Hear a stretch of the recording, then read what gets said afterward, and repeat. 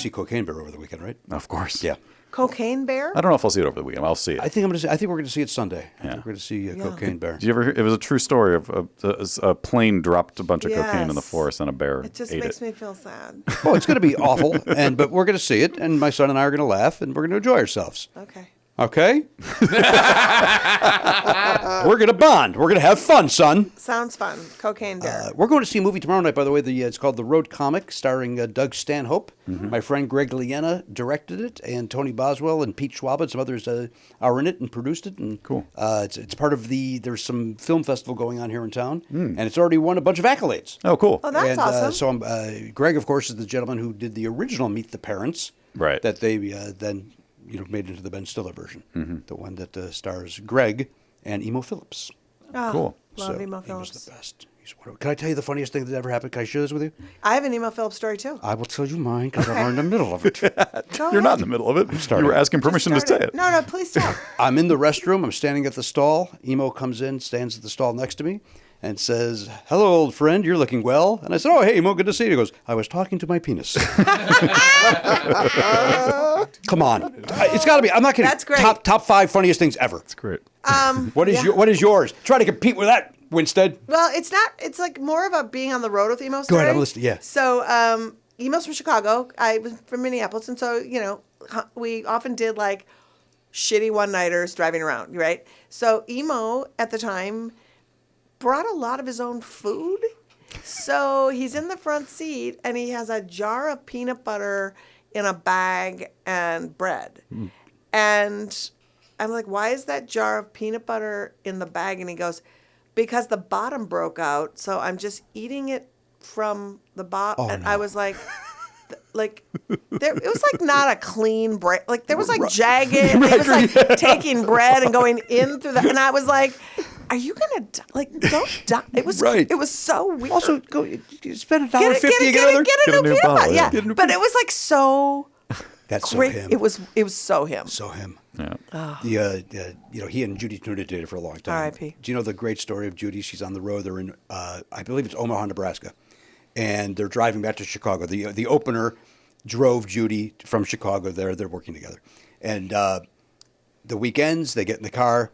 They're driving back to Chicago, and he says to her, "So what did you think of my act?" And she said, "Ask me when you're dropping me off." That's so great. Or ask me as we're closer to Chicago, one of the two. But so similar, great. Yeah. Similar premise. I thought you were going to tell the story. Which one? We were at a comedy festival that Emo was also at, and we went to his show. It was fantastic. And then we did our show, and we did a little meet and greet afterwards, and we're standing there, and there's like a line of fans, and they were coming up. And then after 15 or 20 minutes, Emo comes up. He waited in the line. The line of fans to talk to us. There really is no better joke writer. Like Emo Philips agreed. is in the top, and also sweetheart. Yes. The one of the nicest humans. But like just that whole bit he used to do about religion. "Oh, you're neo-Calvinist. Me too. Are you blah, blah, blah, blah, blah?" And then like they get to this whole thing and then it's like die here. It's sort of like the Aristocrats joke that just carries on and on and on and then it has one thing at the end. But like that joke is so funny. Oh my God, so many good jokes. Let me ask you a question, Liz. You started before me in comedy. Did you know the Aristocrats joke? I did not. Nobody did, right? Nobody. I only knew it because I happened to, I'm dropping again. So when the Hugh Hefner roast happened, it was right after 9/11.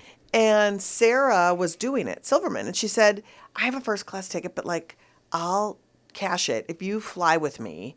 And you probably want to see your apartment." And I was like, "I kind of do. I haven't been there and like, I don't know." So I flew with her and went to that roast. And Gilbert did the joke. Right. And that's the first time I ever Me too. heard that joke. Yes. And like watching the movie, I was like, I don't know, never was a thing in my world. Ever. But it's a joke that we all would tell in the green room, all the comics. Yeah. You couldn't wait to get to the green room and tell your version. Yeah. Not once in fucking 30 years has that happened. No, zero. Like I was like, I've never heard this until Gilbert did it, and then they made a movie of the history of it. Yeah. But I think it was really clever to just have all these different people doing sort of their versions of how they did it. And actually, Sarah did it in my apartment. Yeah.